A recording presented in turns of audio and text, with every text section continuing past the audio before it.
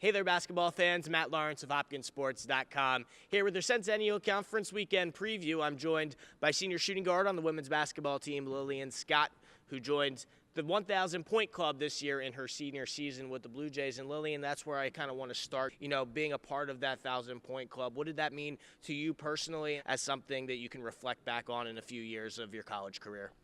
Yeah, well, I think just 1,000 points in general, even though it wasn't like a specific goal for me, it was really kind of exciting to kind of achieve it in my senior year, as I'll, never really play, collegiate basketball again.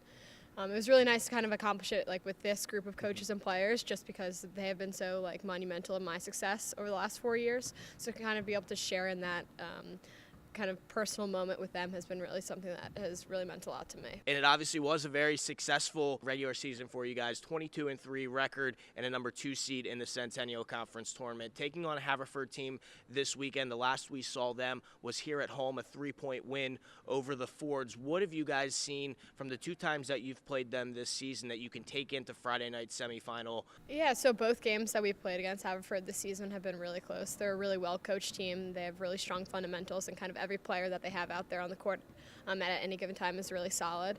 And I think we know that kind of going into Friday night, it's going to be a tough game. We know that they're going to have us scouted really well, and they're going to have a lot of experience playing us because they've already seen us twice. And I think the big thing is kind of just sticking to kind of what we know and what we do best and kind of trusting everything that we've kind of built up over the past season. And I think if we do that, we're going to put ourselves in a really good position to be successful on Friday night.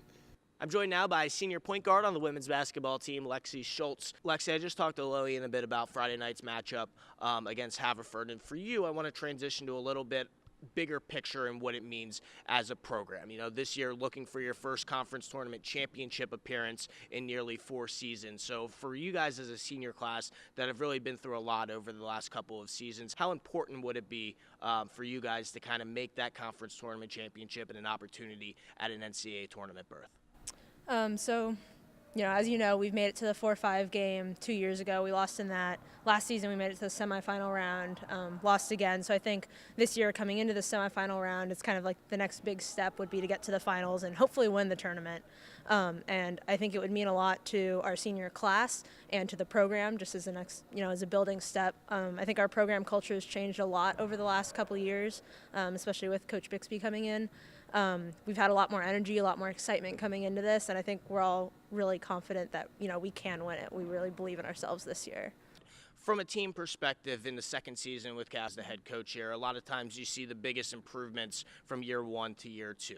And what would you say the biggest changes that you've seen collectively as a group from last year in her first season to now having a year of her system under your belt and having 7 seniors on this team? I think Lil said it really well. We do have a lot more cohesion this season because, we've ironed out some of those growing pains.